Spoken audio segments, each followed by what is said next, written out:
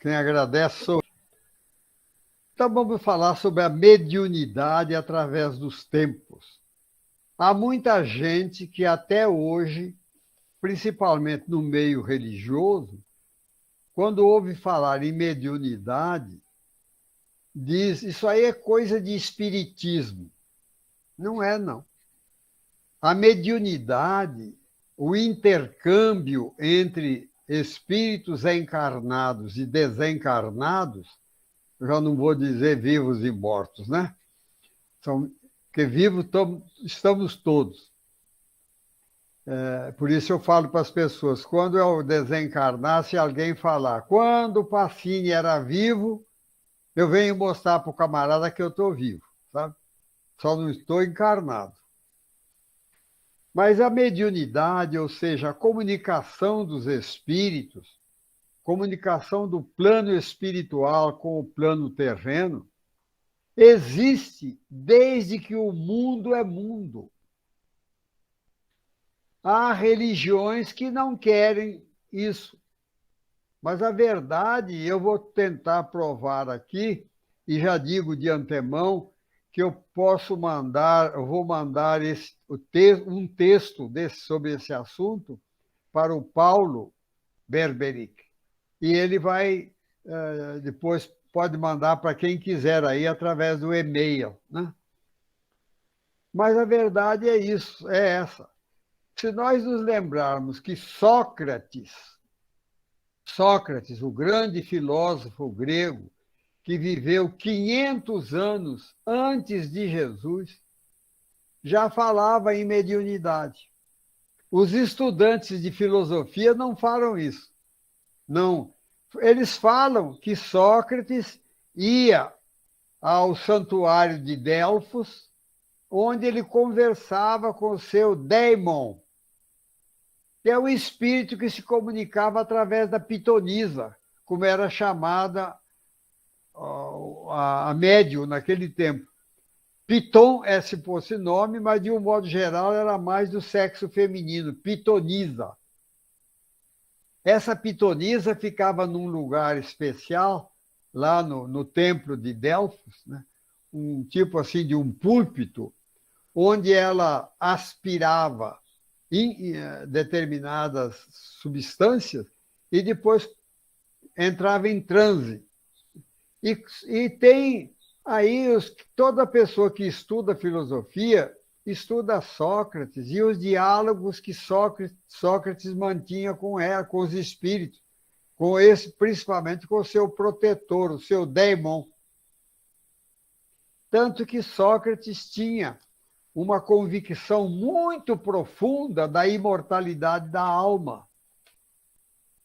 Ele tinha uma convicção muito profunda. Eu tomei parte num espetáculo lá no Rio de Janeiro, na Sociedade Hebraica, que cedeu para o movimento espírita, um auditório imenso que eles têm lá. Nós fizemos um trabalho lá num domingo à tarde sobre Sócrates.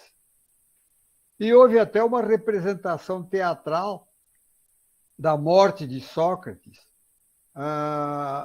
Quem fez o papel da esposa de Sócrates foi Ana Rosa, essa atriz de televisão. E o ator que fez Sócrates, deitado na cama onde ele tomou a cicuta, eu não me lembro o nome dele, mas ele era marido da Ana Rosa. Tá? E Sócrates ali, então, apresentou-se assim com uma tranquilidade muito grande, dizendo que ia partir para outro plano da vida. E aí perguntaram o que é que fariam com o corpo dele. Disse, não tenho preocupação nenhuma, eu não estarei mais aqui. Veja que visão há 500 anos antes de Cristo. Eu não estarei mais aqui e tal. Ele tomou o veneno assim tranquilamente e desencarnou ali. É interessante que, se você consultar a Enciclopédia Britânica,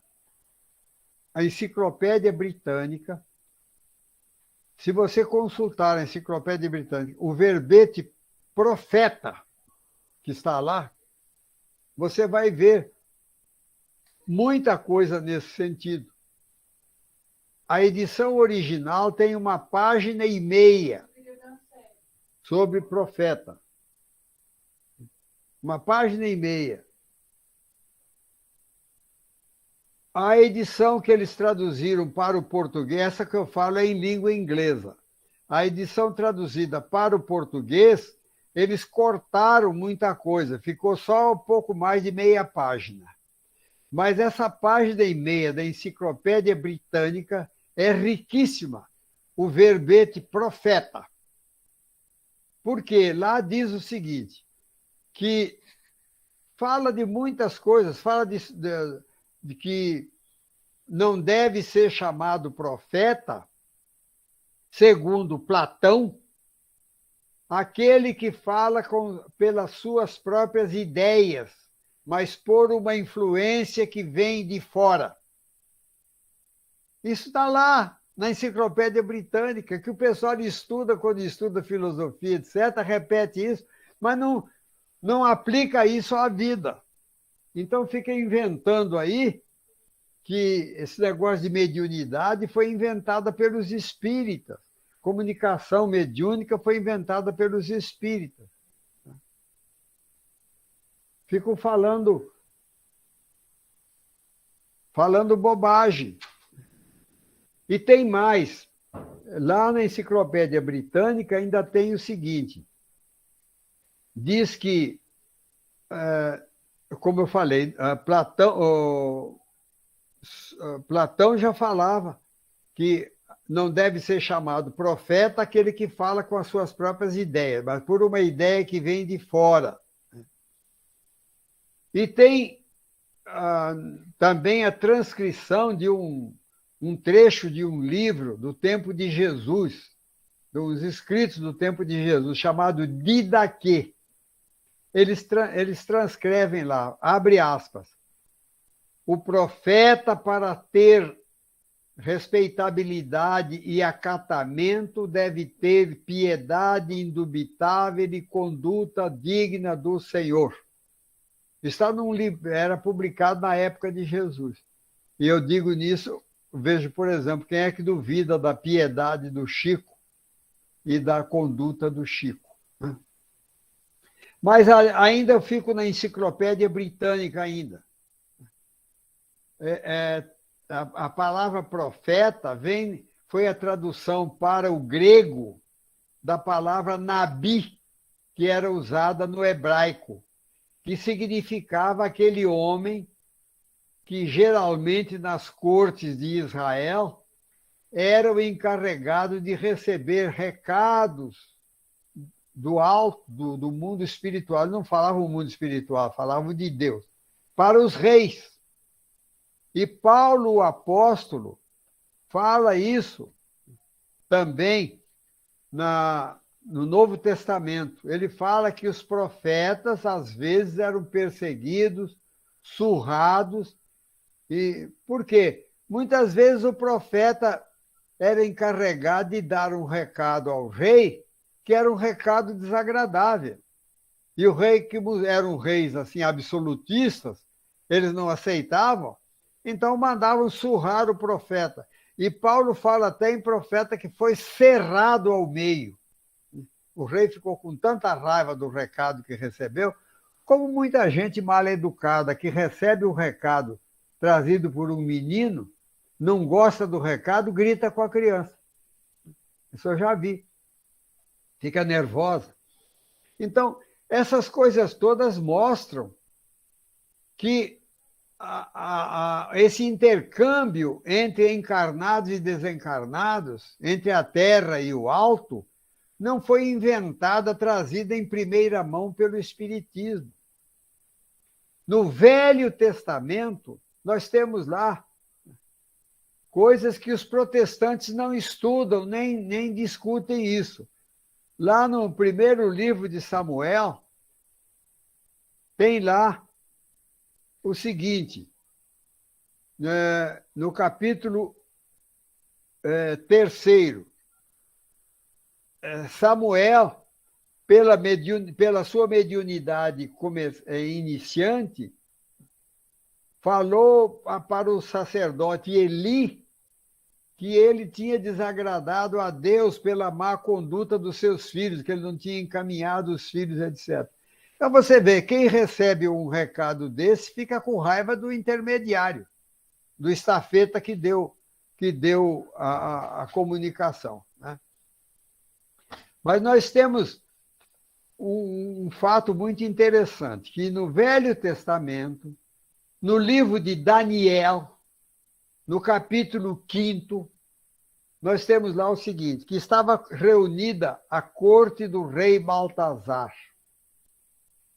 E apareceu subitamente uma mão misteriosa escrevendo na estucada da parede uma mensagem em língua desconhecida. Vejam bem, diante da corte do rei Baltazar. E o rei, então, mandou chamar lá uns adivinhos, um pessoal que lidava com essas coisas, para interpretar aquela mensagem. Mas ninguém foi capaz. O rei ofereceu até um colar de ouro, roupa vermelha, não sei o quê. Ninguém conseguiu. Aí lembraram de chamar o jovem Daniel, que era jovem ainda. E ele está lá no livro de Daniel, porque depois está na Bíblia o livro de Daniel. O jovem Daniel, então, interpretou corajosamente a mensagem que estava escrita na parede, dizendo que o reinado de Baltazar ia se acabar. E Baltazar não gostou do recado, mas deu os prêmios ao Daniel e etc, etc. Mas veja bem a coragem desse jovem. E aí a gente vê, foi uma intervenção espiritual, uma intervenção do espírito no mundo terreno. Como se dá, que o Espiritismo explica isso através do nome de mediunidade.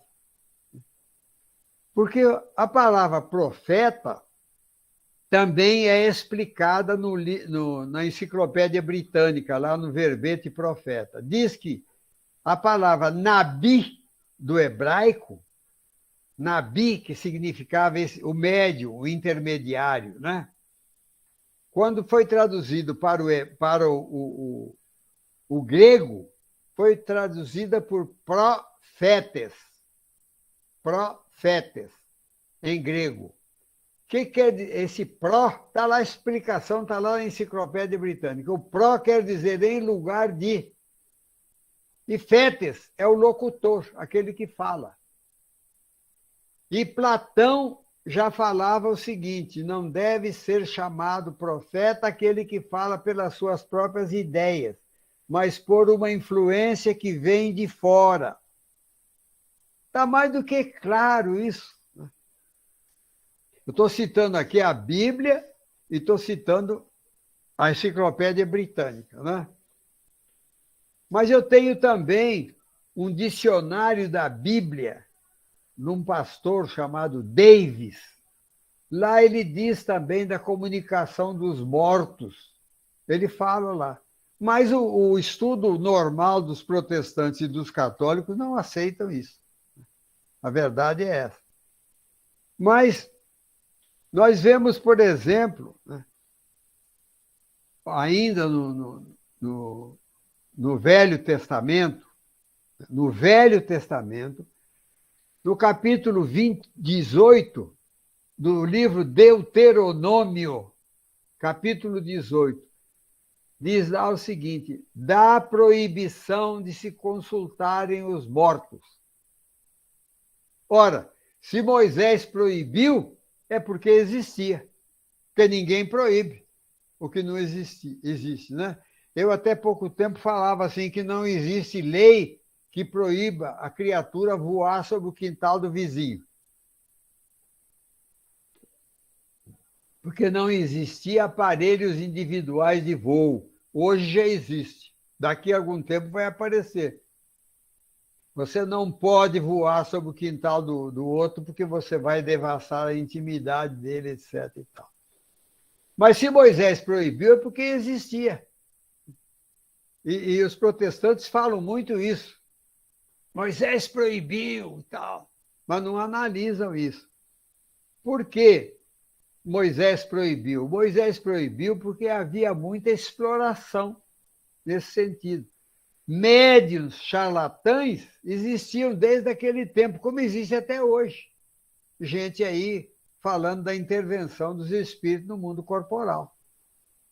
Então, e ganhando dinheiro. Tem até muita gente aí que está ganhando dinheiro por causa disso. Inventando fenômenos, curas, etc, etc, etc. Mas nós vemos o caso da consulta do rei Saul, a pitonisa de Endor. Isso aí também está lá no Velho Testamento. A consulta da pitonisa está lá no livro de Samuel. Diz lá o seguinte, que o rei Saul era um rei muito belicoso, muito ambicioso, e ele arranjou uma briga com os filisteus, um povo lá, e uma guerra. E ele ficou com medo depois. Os filisteus estavam acampados perto da cidade dele, já prontos para a guerra, e ele ficou com medo. Então ele mandou procurar uma pitonisa, uma pítia, uma mulher que pudesse colocá-lo em contato com o seu conselheiro Samuel, porque Samuel tinha desencarnado. Está no livro de Samuel, quem tem a Bíblia pode consultar, no capítulo 28, livro de Samuel. E lá, o rei Saul mandou procurar uma mulher e encontrou, nos arredores da cidade de Endor, uma mulher que conversava com os mortos. Mas ela tinha muito medo, porque o rei Saul mandava prender, mandava açoitar os adivinhos, os pitonisas, pitons, etc. Gente que lidasse com a coisa. Mas quando ele viu a coisa apertada para o lado dele, ele já não tinha mais o seu conselheiro na corte, que era o profeta Samuel, já tinha desencarnado, e ele não ficou com quem ele pudesse dialogar, pedir conselho, etc. Então, ele mandou procurar uma pitonisa e encontrar essa mulher. E lá foi ele conversar com ela. E ele chegou e disse a ela o seguinte: quero que me faça subir à sombra de Samuel. Porque ficava com aquela ideia que o espírito estava enterrado junto com o corpo, né? E ela então diz a ele: quereis me perder? Não sabeis que o rei Saul manda prender, manda desterrar os adivinhos, enfim, os profetas, etc. Manda o rei Saul perseguir essa gente. E ele então faz um juramento para ela, levantando o braço, né? O juramento que eles faziam solene: vive o Senhor, que nenhum mal te sucederá. Jurou para ela que não ia acontecer nada de mal. Ela não sabia quem ele era. Mas diz lá no Novo Testamento, no capítulo 28 do primeiro livro de Samuel, que apareceu um homem com a vestimenta preta, como se vestia o Samuel na época. Então, houve até uma materialização. Lá não fala na Bíblia, mas o Espiritismo veio explicar, porque não foi só ela que viu que era médio e vidente, o rei Saul também viu Samuel ali. E a pitonisa, quando viu Samuel, que sabia que era o conselheiro do rei, ela disse: Samuel veio atender o rei, então esse rei vai me prender. E ela falou para ele: quereis me perder? E ele jurou, reiterou o juramento que não acontecia nada com ela. E o Samuel já começa passando uma descompostura no rei Saul, porque ele era muito ambicioso, queria dominar terrenos, etc. E tal, arranjou a guerra, depois estava com medo. Ele disse, né? Por que me incomodaste? O Espírito falou para ele, passou um sabão nele. E ele disse, não entres na batalha, porque se entrares na batalha, morrerás tu e morrerão teus filhos. Ele tinha 2 filhos.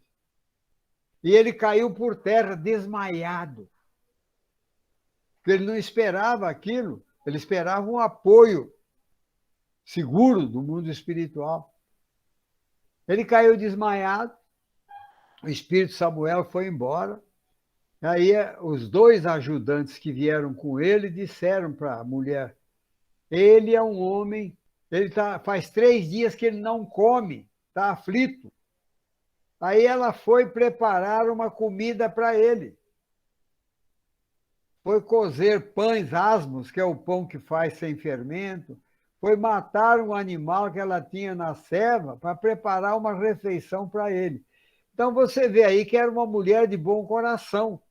Porque se ela fosse uma criatura má, ela dizia assim, bem feito, leva daqui esse trem, que eu não quero nem saber. Leva desmaiado mesmo, né?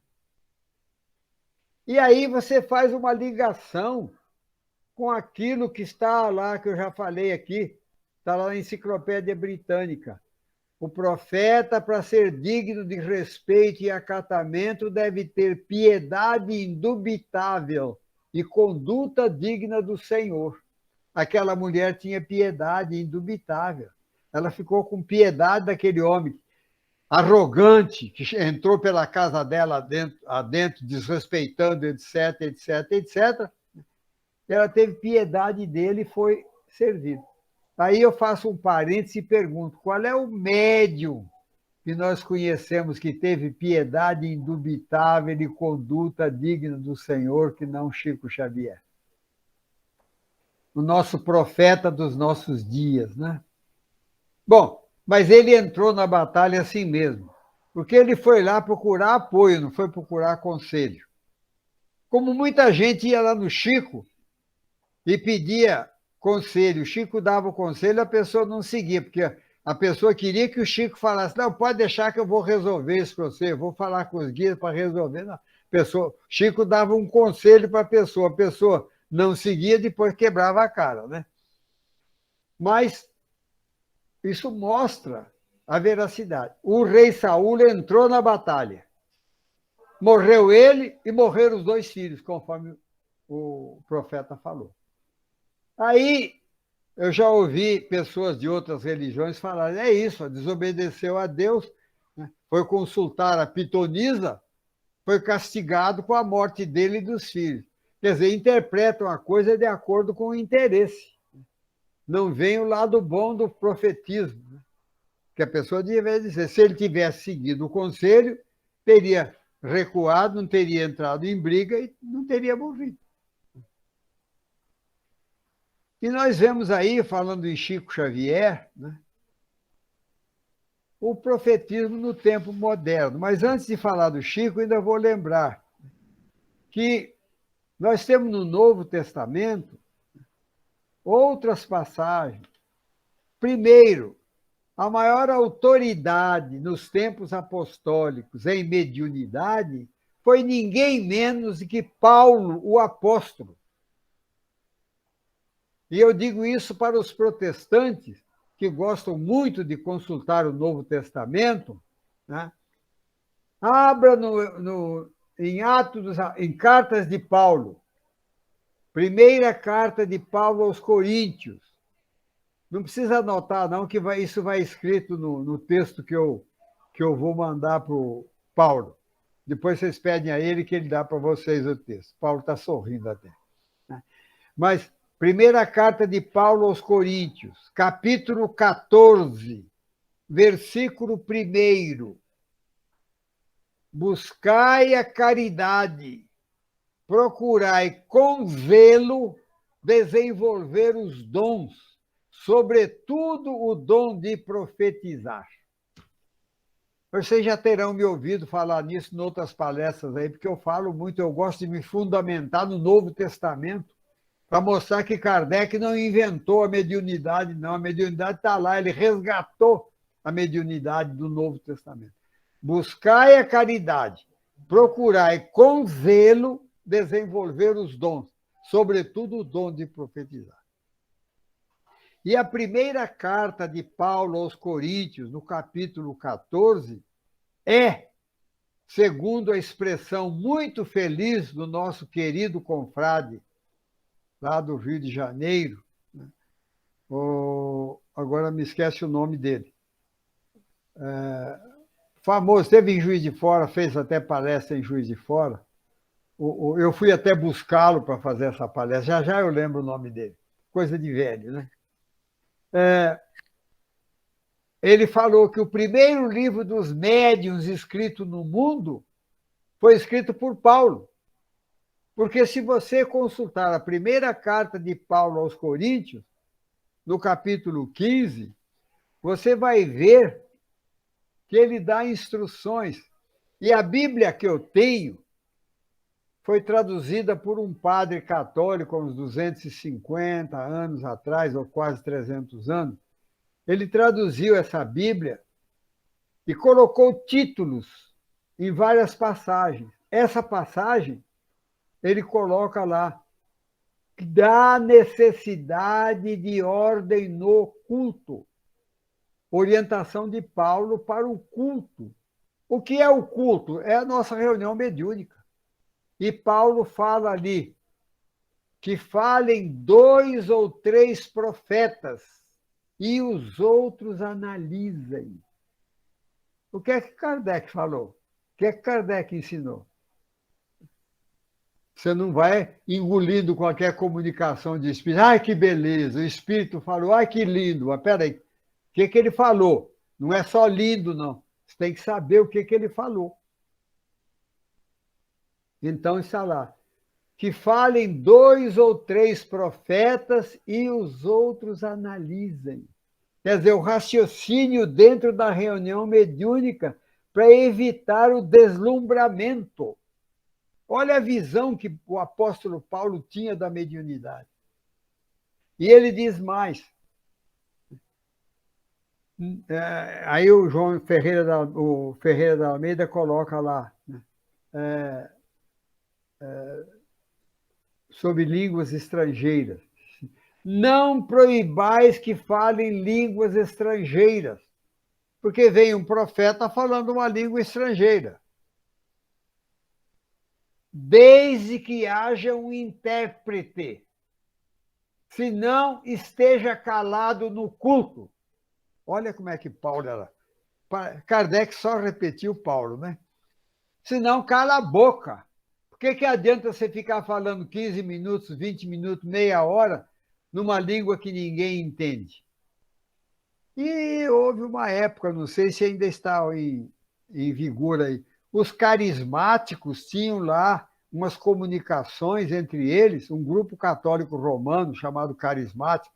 Hoje parece que já mudaram, mas há uns 20 e tantos, 30 anos atrás, ficava lá uma pessoa engrolando uma língua e diziam que era o Espírito Santo que estava falando, mas ninguém entendia nada. Contrariando frontalmente os ensinamentos de Paulo, do apóstolo Paulo, do capítulo 14. Então, Paulo fala que falem 2 ou 3 profetas e os outros analisem, para evitar o deslumbramento, que é muito comum em reuniões mediúnicas, até no próprio Espiritismo, apesar de Kardec, das advertências de Kardec, no livro dos médiuns, etc, etc, etc. Mas há muito encantamento ainda. Ai, mas foi lindo. Mas o que ele falou? Não estou lembrando bem, mas foi lindo. Isso aí não é espiritismo. Deixa para lá. Sai de lado. Paulo ainda relaciona lá na primeira carta aos Coríntios, no capítulo 14, os tipos de mediunidade. Só que ele não fala mediunidade, ele fala dom. A palavra mediunidade foi criada por Kardec. Aliás, ele tomou ao latim a palavra médium, porque ele não quis repetir profeta. Pegou diretamente do latim médium, que nos deu em português intermédio, intermediário, etc, etc. Pegou médium e a gente coloca o acento, o latim não tinha acento, coloca o acento porque de acordo com a ortografia portuguesa, né? Mas Kardec usou a mesma palavra e o mesmo critério que Kardec usa, que falem dois ou três e os outros analisem. A análise para saber o que o espírito... E Paulo ainda fala dos vários tipos de mediunidade. O dom de falar línguas, que é a médium. Nós tivemos aqui no Brasil, no começo do século XX, um médium famoso que não ficou tão conhecido no meio espírita, chamado Carmine Mirabelli. Os estudiosos mais antigos conhecem. Esse homem era um médium que falava a língua da pessoa que estivesse à frente dele. Se tivesse um alemão, ele falava alemão, porque claramente um espírito amigo da pessoa que estava ali, como se comunicava por ele, falava alemão, falava grego, falava latim, falava o que fosse. Ele trabalhava nas lojas Clark, que os mais antigos devem lembrar de uma loja Clark que teve aqui em Juiz de Fora, na rua Alfeld. Vendia calçados.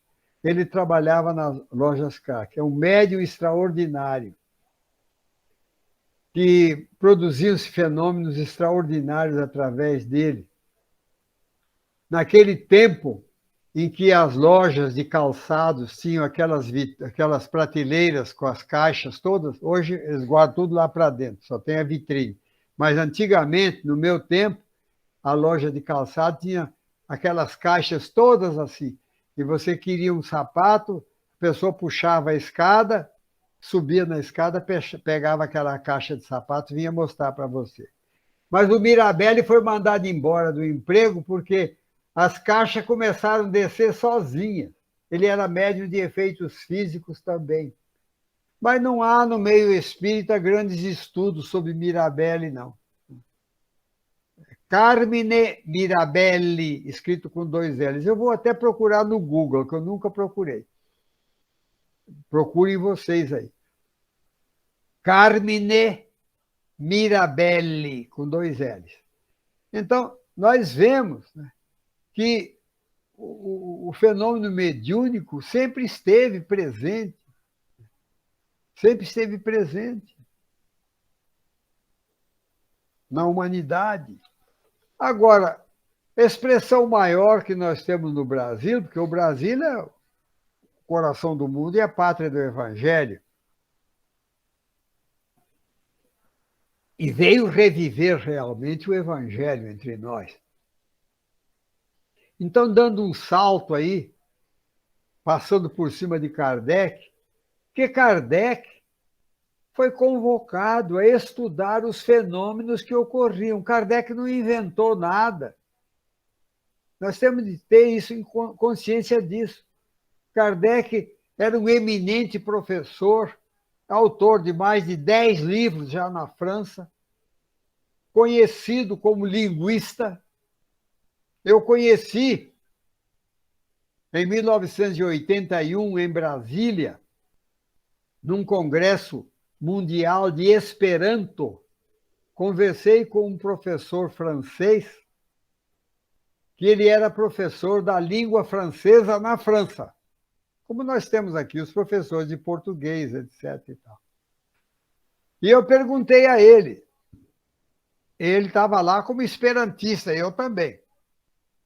Mas eu perguntei a ele, você que é especialista em língua francesa, você ouviu falar de um professor, de um estudioso do século passado? Porque eu falei isso foi em 81, no século XX.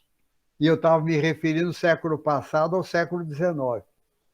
Um professor francês chamado Hippolyte Léon Denisard Rivail disse, oh, como não? Sim, sim, um grande pesquisador. E Kardec já tinha um nome como pesquisador de língua francesa.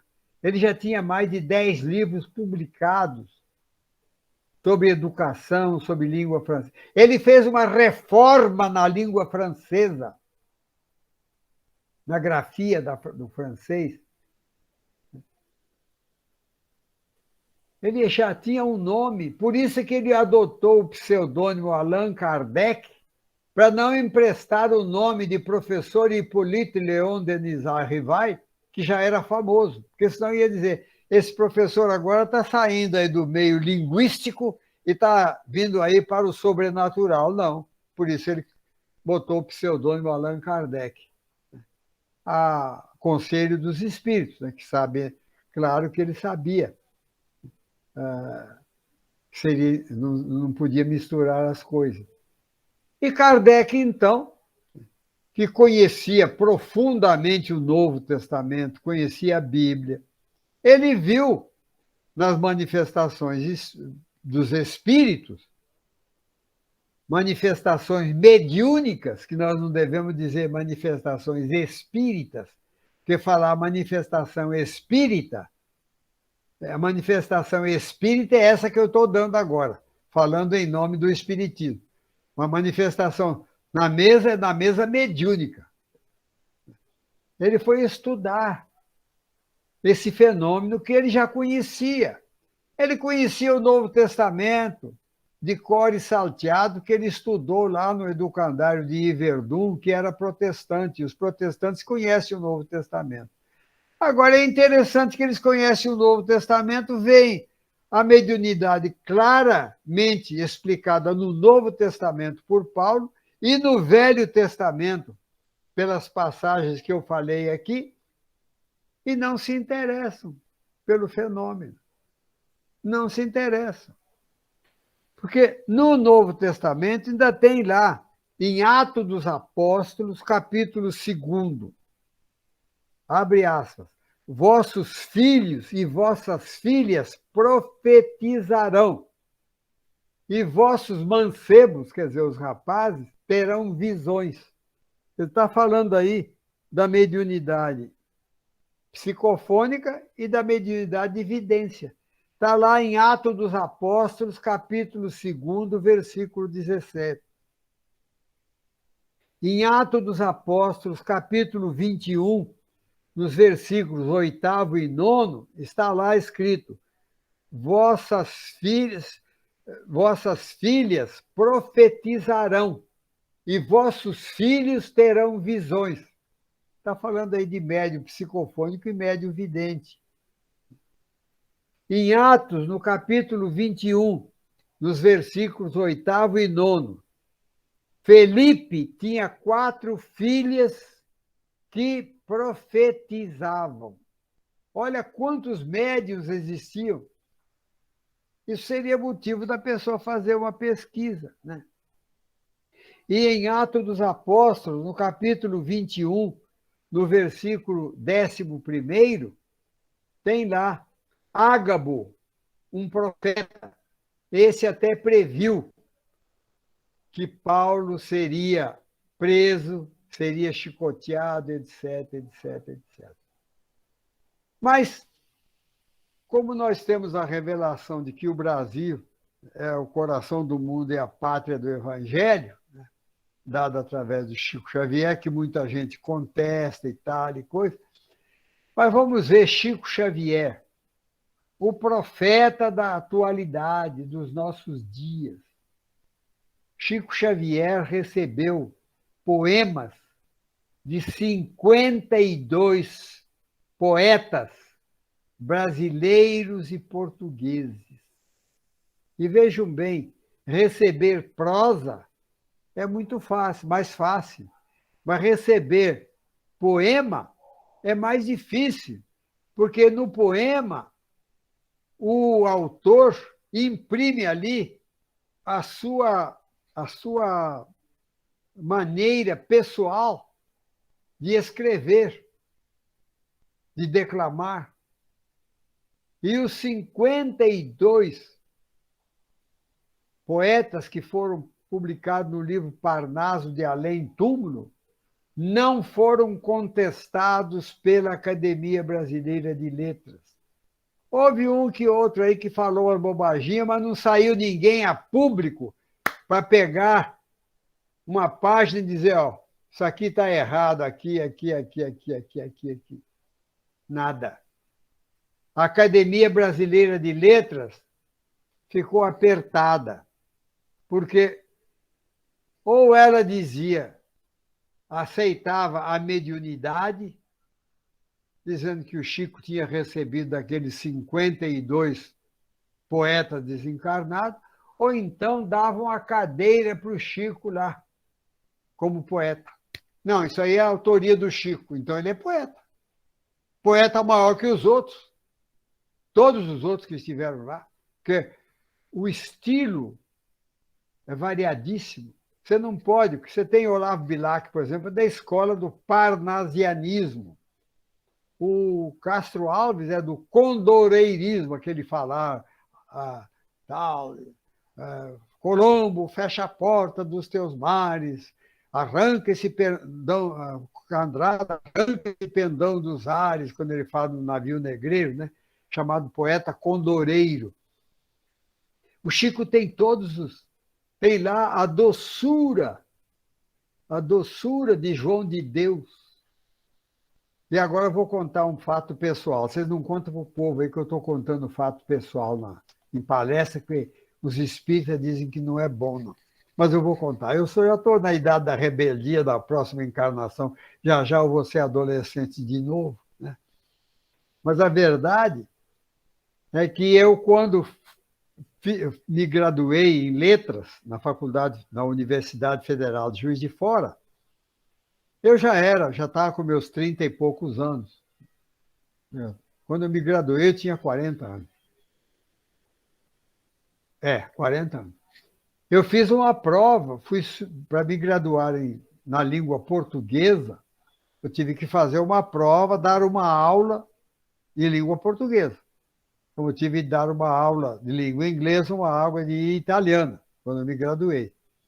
Na minha aula de português, foi sorteado o ponto. O que é que caiu para mim? Versificação. Eu nunca fui muito chegado à poesia, à literatura. Minha cabeça é mais ou menos quadrada, né? Meu raciocínio é de engenheiro. Eu estou na área de letras por espírito de serviço, para servir ao Esperanto. Versificação. Falei, meu Deus do céu, o que é que eu faço? Dar uma aula para a turma de primeiro científico na época sobre versificação. Aí eu peguei o Parnaso de Além Túmulo. Procurei lá e não achei. De repente eu achei lá, fora do Parnaso, um poema de João de Deus, aquele grande poeta português que eu tenho uma admiração muito grande por ele. Ele tem até um poema chamado A Igreja em Casa, que serve muito para o culto do Evangelho no Lar. Aí eu peguei o João de Deus e preparei a aula em cima do poema de João de Deus. E dei a aula. Dei a aula com tranquilidade e tal. Mas eu fui tão feliz, e me permitam a imodéstia aqui, os alunos me aplaudiram de pé. A classe inteira levantou e me aplaudiu. Porque gostaram mesmo do poema. Falo isso, né, não para me engrandecer, porque eu apenas fui um papagaio repetidor. Repeti com muito entusiasmo. Mas uma professora da banca, que havia 3 professores na banca, examinadora, que eu estava fazendo prova para ver se eu me tornaria professor ou não. E fui aprovado. Mas uma professora chegou para mim e disse assim, ô Pacini, eu adoro João de Deus. Eu achava que eu tinha todos os poemas dele, mas esse aí eu não tenho. Onde é que está publicado isso? Falei, não está publicado não, minha filha. Isso aí saiu numa revista espírita. Isso aí foi recebido pelo Chico. Aí, ela, ó, não interessou mais. Você vê que coisa, né? O bloqueio. Ela devia ficar encantada. Como é que o Pacini arranjou isso aí? Quem é que esse João de Deus que ele arranjou? E tal. Não, não interessou. Mas é assim. Então, você vê que as religiões não se interessam em estudar. Chico Xavier recebeu poemas de 52 poetas brasileiros e portugueses. Ninguém contestou o estilo, porque no poeta você vê mesmo o estilo. Você vê Augusto dos Anjos, é aquele Augusto dos Anjos mesmo que fala em cadáver, em putrefação, cemitério, não sei o quê. Você vê o João de Deus, é aquela doçura. Você vê Castro Alves, é aquele poeta de linguagem forte, falando contra a escravidão, contra a coisa. Você vê ali o estilo. Tem um poema ali chamado, eu acho que é A Prece ao Pai Nosso, é do Monsenhor Horta, um que foi Monsenhor aqui na Terra. Pai Nosso. Ele faz um poema em cima do Pai Nosso que é uma coisa imensa. Mas está aí. Um crítico literário famoso, que era amigo de Humberto de Campos, amigo pessoal do Humberto de Campos. Humberto de Campos desencarnou e começou a escrever pelo Chico. Logo, poucos anos depois, ele começou a escrever pelo Chico. E esse crítico literário, que era amigo de Humberto de Campos, ficou curioso, porque ele conhecia bem o estilo do Humberto de Campos e via que o Chico estava imitando bem. Então combinou, na União Espírita Mineira, cuja sede era em Belo Horizonte, é em Belo Horizonte até hoje, um encontro do Chico, que morava em Pedro Leopoldo, ali perto de Belo Horizonte, para ter uma sessão mediúnica, e eles iriam invocar Humberto de Campos para esse crítico literário confrontar o que o Chico escrevia com aquilo que ele conhecia do Humberto de Campos. E ele foi. Naquele tempo, tomava o trem noturno no Rio de Janeiro para chegar de manhã em Belo Horizonte e tal. À noite, na Federação Mineira, Espírita Mineira, na União Espírita Mineira, Chico foi de Pedro Leopoldo para lá, que era perto, fizeram a reunião. O crítico literário gravou, autografou 20 folhas de papel, rubricou as 20 folhas de papel para que não houvesse tapeação ali de tocar papel na hora, né? Que o Chico já trazia alguma coisa escrita, eles pegavam o papel e davam para ele. Então ele pegou 20 folhas de papel em branco, rubricou as 20 folhas e o Humberto de Campos, então, disse para ele uma série de coisas particulares que só os dois conheciam. Chegou a falar para ele coisas em que ele estava pensando à noite, quando ele estava se preparando para tomar o trem em casa, estava pensando o que queria perguntar para o Humberto de Campos. O Humberto de Campos falou para ele ali. É um crítico literário famoso, eu estou esquecendo o nome dele agora.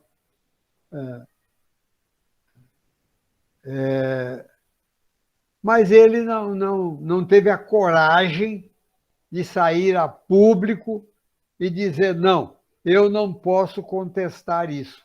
Fica naquele coisa de mais ou menos, né? E tal, e fica assim. Então, é uma falta de coragem. E eu digo até faltando até um pouco ao respeito, que é uma desonestidade intelectual. Porque eu acho que quando uma pessoa diz assim, eu vou ver o que é, se não se convence do contrário, ele tem que dizer, eu não tenho argumentos para combater isso. Nós temos. Agora, temos aí a mediunidade do Chico Xavier, os benefícios que a mediunidade moderna tem trazido, no sentido de nos descerrar as portas do mundo espiritual através da obra de André Luiz, que, lamentavelmente, não é conhecida completamente pelos espíritas. Aí um grande número de espíritas, principalmente dos tomadores de passe e bebedores de água fluida, que se dizem espírita, alguns já leram o Nosso Lar. E do Nosso Lar só lembram do umbral. Fica com medo do umbral. Agora, a pessoa na obra de André Luiz deve buscar ali elementos para não mais temer a desencarnação, para saber para onde vai, porque está em nossas mãos. A grande contribuição da mediunidade foi essa, o testemunho dos espíritos que partiram antes de nós. E nós temos na maravilhosa obra de André Luiz, que ainda um dia nós vamos falar sobre ela, um verdadeiro delineamento do mundo espiritual, como se organiza a vida fora da matéria. O que é que acontece?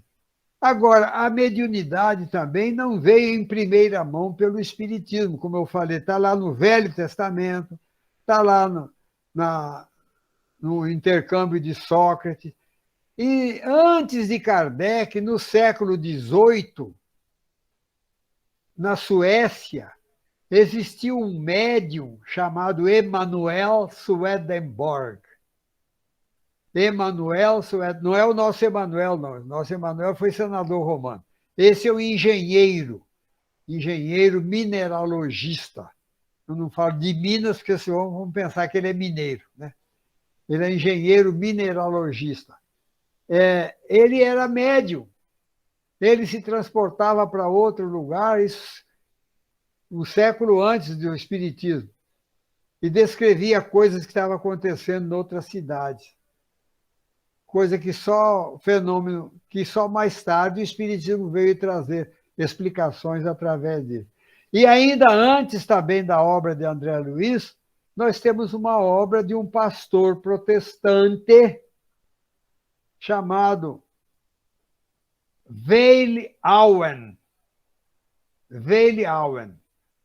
Ele é reverendo, não sei o quê, Weile Auen. Ele fala de laboratórios no mundo espiritual antes de André Luiz. Não foi André Luiz que inventou isso, não. Mas acontece que esse livro, no meio protestante, ele sumiu. Mas que existe, existe.